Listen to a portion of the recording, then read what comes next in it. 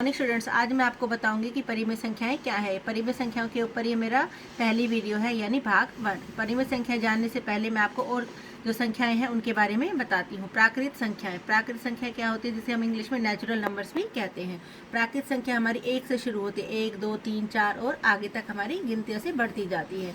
प्राकृत संख्या को भी हम नंबर संख्या रेखा पर दिखा सकते हैं, यानी नंबर लाइन पर हम शो कर सकते हैं। जैसे 1 2 3 4 5 हम कोई भी गिनती नंबर लाइन पर दिखा सकते हैं। दूसरा है हमारा पूर्ण संख्याएं, यानी होल नंबर्स। पूर्ण संख्या कहाँ से शुरू होती है? 0 से। 0 1 2 3 4 एंड आगे तक। प्राकृत संख्या और पूर्ण संख्या में बस इतना ही फर्क है, पूर्ण संख्या में एक हमारा 0 एक्स्ट्रा आता है। तीसरा आता है हमारा पूर्णांक, यानी इंटीजर्स। इंटीजर्स क्या होते हैं? इंटीजर्स में 0 और सारी हमारी धनात्मक संख्याएं, और इधर हमारी सारी क्या होती है? ऋणात्मक संख्याएं। तो यानी पूर्णांक हमारा क्या हो गया? पूर्ण संख्याएं, यानी 0 से लेकर सारी संख्याएं, और ऋणात्मक संख्या यानी -1 -2 -3 एंड सो ऑन, इन सभी का एक समूह होता है।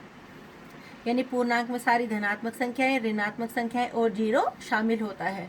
अगला आता है हमारा भिन्न, यानी फ्रैक्शन। भिन्न या फ्रैक्शन हम किसे कहते हैं? भिन्न होता है हमारा संपूर्ण का एक भाग। दो प्राकृत संख्याओं का अनुपात भिन्न कहलाता है। यहाँ पर हमें ध्यान देना है, प्राकृत संख्याएं यानी हमारी दोनों संख्या यानी अंश और हर दोनों क्या होनी चाहिए? प्राकृत संख्याएं होनी चाहिए। तो जैसे 1/4, 2/4, 3/4, ये सारे हमारी क्या है? भिन्न है। इसको भी हम संख्या रेखा पर दिखा सकते हैं। जैसे 0 और ये क्या है? हमारा 1। तो 0 और 1 के बीच में हमारा हर कितना है? 4। तो हमने 4 हिस्से बराबर बराबर कर लिए, 1 2 3 और ये हमारा चौथा हिस्सा। तो पहला हिस्सा हो गया हमारा 1/4, दूसरा हिस्सा हो गया 2/4, तीसरा हो गया मेरा 3/4 और चौथा हिस्सा है मेरा 4/4 यानी 1। अगला आता है हमारा परिमेय संख्याएं, जिसके ऊपर हमें ये टॉपिक लिया है। परिमेय संख्या यानी रैशनल नंबर्स। रैशनल नंबर्स क्या होते हैं? ऐसी संख्या जिसे हम p/q के रूप में लिख सके, जहाँ p और q पूर्णांक है और q हमारा 0 के बराबर नहीं है। यहाँ पर p और q क्या है? p हमारा अंश है और q हमारा क्या है? हर। यानी अंश और हर हमारे कैसे होने चाहिए? पूर्णांक हो सकते हैं, और q हमारा 0 नहीं होना चाहिए, यानी हर हमारा 0 के बराबर नहीं होना चाहिए। अब प्राकृत इसमें भिन्न में और परिमेय संख्याओं में फ़र्क समझ में आ गया होगा कि जो भिन्न है वो प्राकृत संख्याओं का अनुपात होता है, और जो परिमेय है ये हमारा पूर्णांक का अनुपात होता है। इसके एग्जाम्पल्स हम देख लेते हैं। जैसे 1/5 घटा 2/5, 0/5 घटा 2/3। इसमें हमारी ऋणात्मक संख्याएं भी शामिल हो जाती हैं, 0 भी शामिल हो जाता है, क्योंकि ये सारे हमारे क्या हैं? पूर्णांक हैं। अब हमारी परिमेय संख्याएं भी दो तरह की होती हैं, धनात्मक परिमेय संख्याएं और दूसरा है हमारा ऋणात्मक परिमेय संख्याएं। तो धनात्मक परिमेय संख्या क्या होती है? यदि अंश और हर दोनों का साइन एक जैसा हो, यानी अंश भी और हर भी। यदि अंश जमा का है तो हर भी जमा का हो, यदि अंश घटा का है तो हमारा हर भी कैसा होना चाहिए? घटा का।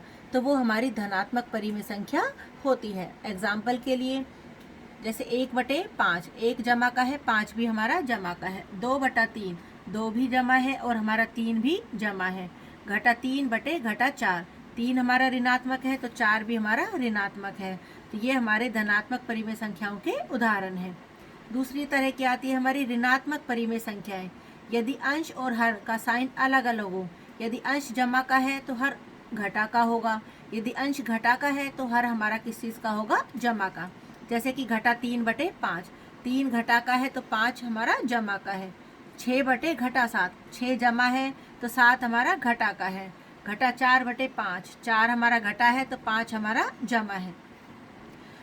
भिन्न और परिमेय संख्याओं में अंतर को हम और अच्छे से क्लियर करते हैं।